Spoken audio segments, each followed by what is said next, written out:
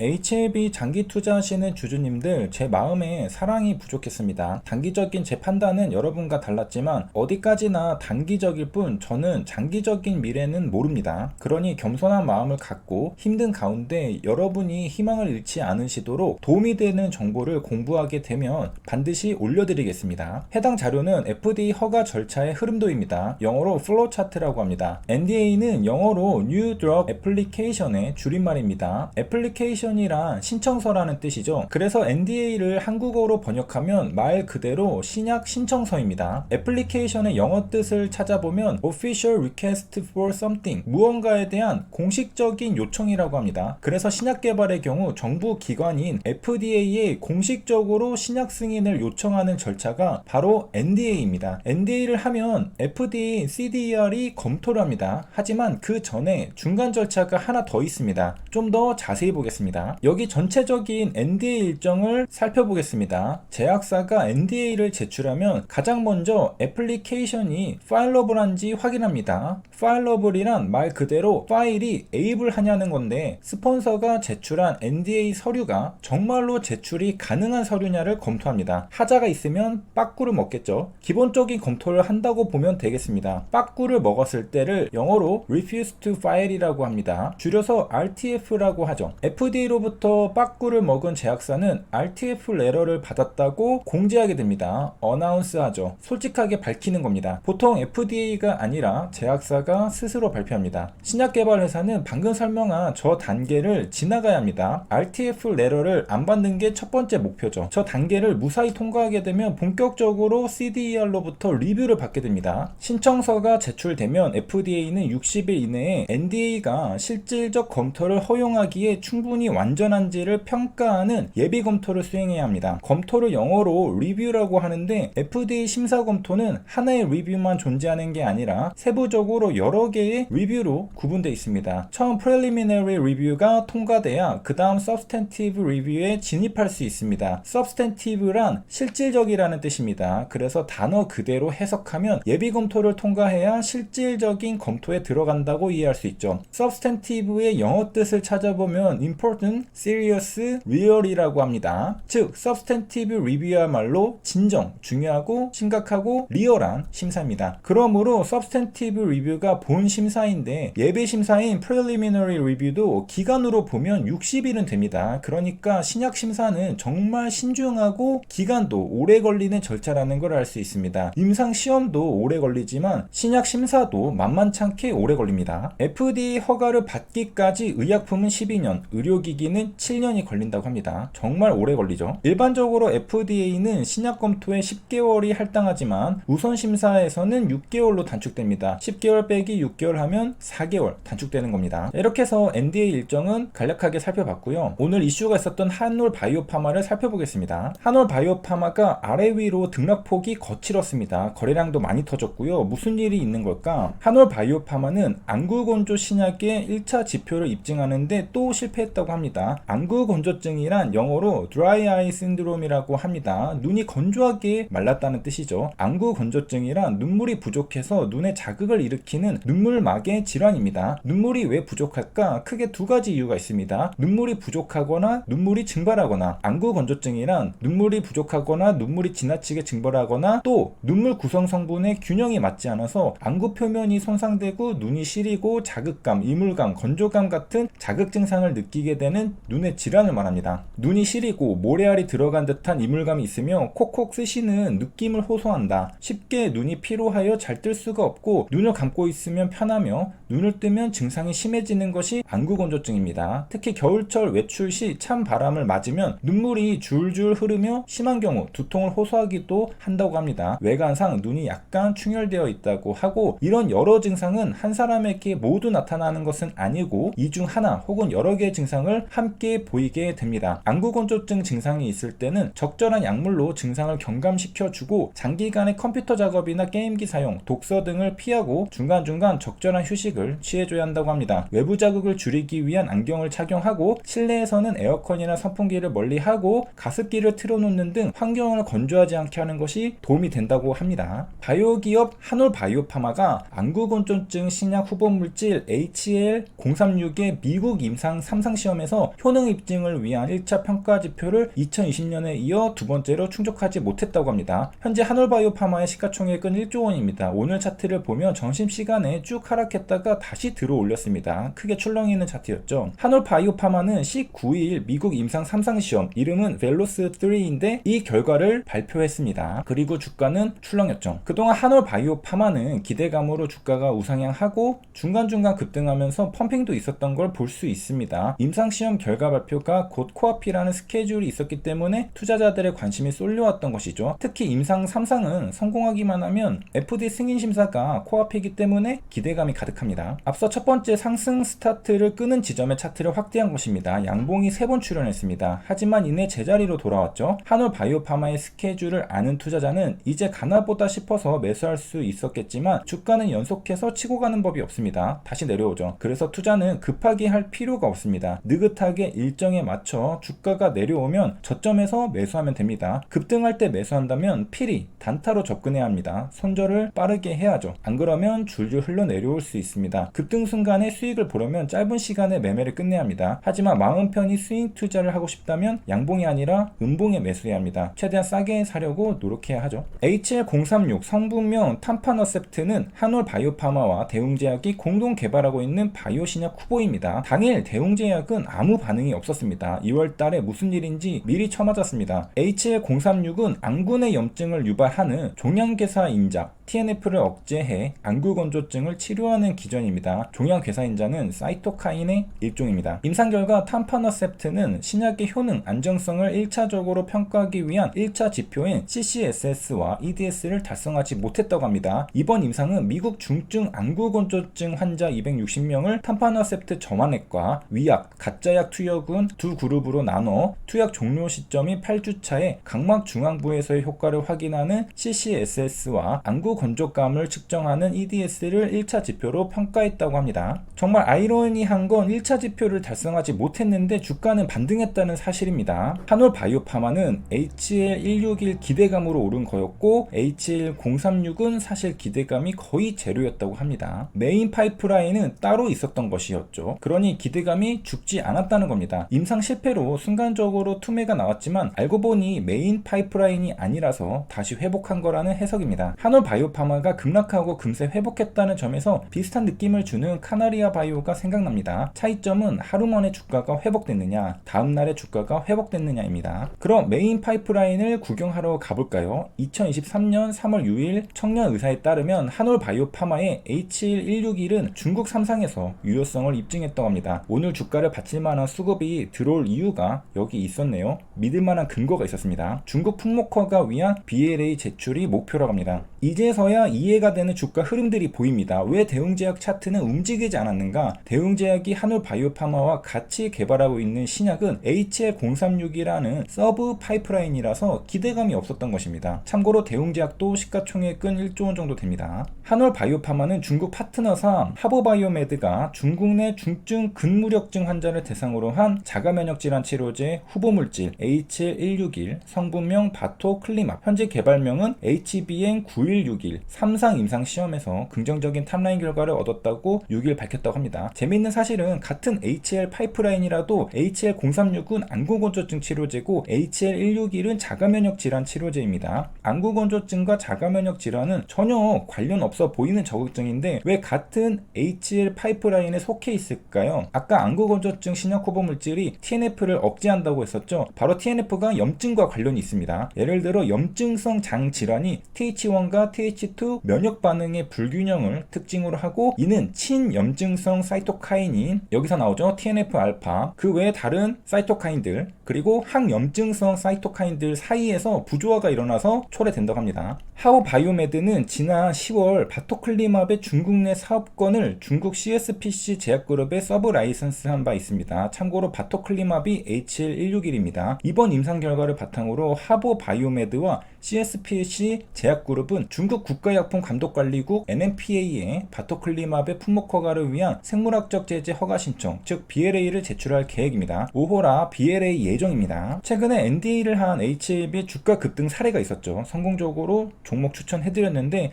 한올 바이오파마도 눈여겨보고 있어야 하겠습니다. 빅토리 주식TV는 유안타증권에서 종목 추천을 하고 있습니다. 조만간 또 다른 기회가 올지 모르니 준비하고 계시면 종목명과 매수 가격을 쏴드리겠습니다. 미리 매수하지 마시고요. 왜냐하면 공부하다가 아니다 싶으면 패스할 수 있기 때문입니다. 조급할 필요 없습니다. 추가 공부가 필요한 이유는 가격이 좀 오른 상태라서 그렇습니다. 만약 선반영이면 오히려 내릴 수 있습니다. 그래서 잘 따져보고 현재 가격이 높은 가격인지 낮은 가격인지 판단해야 합니다. 지금 만원대에서 2만원대까지 올라왔는데 여기서 더 갈 수 있는 미래 가치를 품고 있는지 거의 다 반영된 가격인지 따져봐야 한다는 소리입니다. 여기서 더 갈 수 있을 때 제가 추천을 드리는 것입니다. 그러니 마음 편히 기다리시면 제가 주말 동안 공부해서 결과를 유안타증권 제휴 컨텐츠를 통해 알려드리겠습니다. 두 번째 이유로는 NDA 재료는 썩 훌륭한 재료라 할 수 없기 때문입니다. 왼쪽은 매지온 차트, 오른쪽은 HLB 차트인데 판박이 차트죠. 하루 천하였습니다. 하루 이틀 매도 타점을 놓치면 그대로 말짱 도루묵이 될 수 있습니다. 이렇게 되돌림 현상이 심한 재료가 NDA 재료입니다. 그렇기 때문에 빠르게 대응해야 되고 이렇게 하루 오르고 내리는 것보다는 시원시원하게 우상향하는 재료를 찾는 게 더 낫겠죠. 오랜만에 매지온 얘기가 나와서 그런데 저번 영상에서 매지온에 관한 질문이 있었습니다. 그래서 이번 시간에 관련된 자료를 한번 다뤄보려고 하는데요. 동아제약이 개발한 유데나필은 발기부전 치료제입니다. 그리고 매지온의 유데나필은 다들 아시다시피 폰탄 환자 치료제죠. 이름이 같은데 회사도 다르고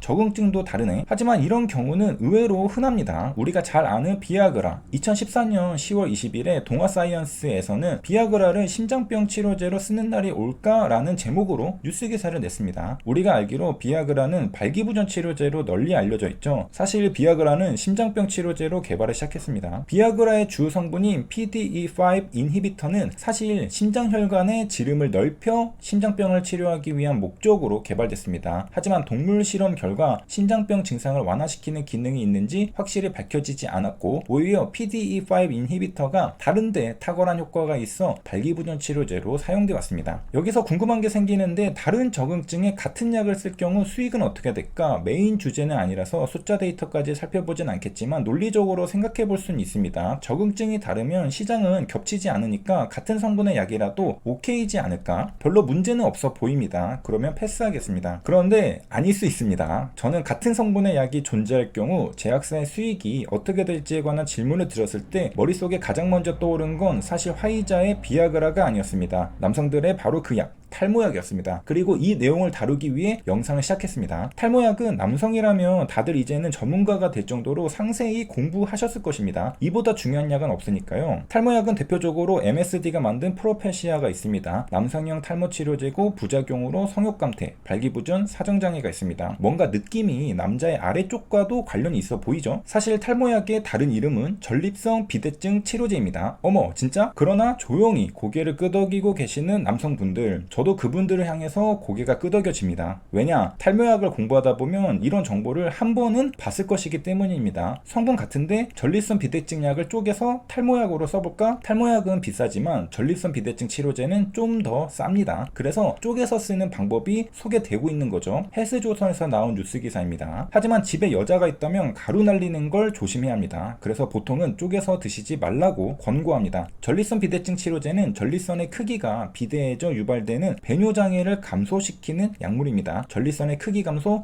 전립선으로의 혈액공급 증가, 방광근육의 이완 등을 통해 배뇨장애를 완화시킵니다. 여러 계열의 약물이 있으며 단독 혹은 다른 계열의 약물과 함께 사용됩니다. 그래서 탈모약의 사례처럼 만약 좀 더 저렴한 같은 성분의 약을 처방받아서 다른 적응증에 사용하는 환자가 존재한다면 논리적으로 시장 뺏어오기가 가능합니다. 그러나 안전하게 의사의 처방에 따르길 권해드립니다. 이제 일반적인 얘기도 해보려고 합니다. 상식적으로 같은 적응증의 복제약이 나오면 시장을 나눠 먹게 되니까 수익이 줄어든다고 생각합니다. 하지만 여기에는 여러 가지 변수를 고려해야 하는데 시장을 나눠 먹는 것보다 시장 규모가 더 빠르게 커지면 오히려 수익이 늘어날 수도 있습니다. 복제약이 늘어난다는 건 그만큼 먹을 게 많다고 생각했기 때문에 다른 제약사들이 뛰어든다고 이해할 수도 있습니다. 또 다른 시각으로 복제약이 출시되면서 새로운 시장을 개척하면 원래 존재하던 시장을 나눠 먹는 게 아니라서 기존 제약사는 영향을 덜 받을 수도 있습니다. 예를 들어 미국에서만 판매되는 신약을 새로운 시장인 유럽에서 승인받고 유럽 유럽에서 판매할 수 있습니다. 그래서 단순하게 복제약이 나오면 수익이 줄어든다 또는 늘어난다고 말할 수 없다고 생각합니다. 물론 느낌상 보통의 경우엔 수익이 줄어들 것 같습니다. 셀트리온의 사례처럼 누군가 점유율을 높여간다면 또 다른 누군가는 점유율이 떨어질 테니까요. 셀트리온은 유럽 점유율은 램시마 52%로 1위, 트록시마 38%로 1위, 허주마 15%로 역시 1위입니다. 셀트리온이 1등을 먹는 순간 다른 제약사는 2등으로 떨어집니다. 시장 규모가 그대로라면 시장 파이를 더 많이 가져가는 제약사의 수익은 늘어나고 다른 제약사의 수익은 떨어지겠죠. 실제로 다른 제약사의 수익을 살펴보지 않아도 논리적으로 하자가 없는 결론입니다. 그동안 제가 느낀 바로는 국내 신약 개발 회사들에 대한 투자자들의 관심은 FDA 승인에만 집중되어 있었습니다. 하지만 FDA 승인 가능성이 가시화되는 만큼 투자자들이 이제는 그 너머를 바라보고 있는 것 같습니다. FDA 승인 이후 매출액에 대해 궁금해하는 것이죠. 초기엔 일단 승인받는 게 목적이었지만 이제는 승인 이후에 얼마를 벌어들일지 궁금하다는 것입니다. 이건 저도 매우 궁금합니다. 저도 처음엔 FDA 승인을 받을 수 있을까? 이런 게 궁금했습니다. 그런데 이제는 슬슬 FDA 승인을 받으면 매출이 얼마나 찍힐까? 이런 게 궁금해지기 시작합니다. 아마도 처음엔 FDA 승인이 멀어 보였기 때문에 일단 승인을 받을 수 있는지 없는지가 궁금했던 것 같고 이제는 FDA 승인이 가까워졌기 때문에 승인 이후의 일들이 궁금해지는 것 같습니다. FDA 승인 가능성이 올라갈수록 그 다음 벌어질 일들이 궁금해진다는 소리죠. 된다고 가정하면 그 다음은 어떻게 될까? 이런 상상의 나래를 펼쳐보게 됩니다. 이렇게 해서 여기까지 같은 적응증에 복제약이 출시될 경우 시장 규모가 그대로라면 수익은 줄어든다. 시장 규모가 커지면 오히려 수익이 늘어날 수도 있다는 제 생각도 말씀을 드렸습니다. 긴 영상 여기까지 시청해주셔서 감사합니다. 좋은 주말 되세요.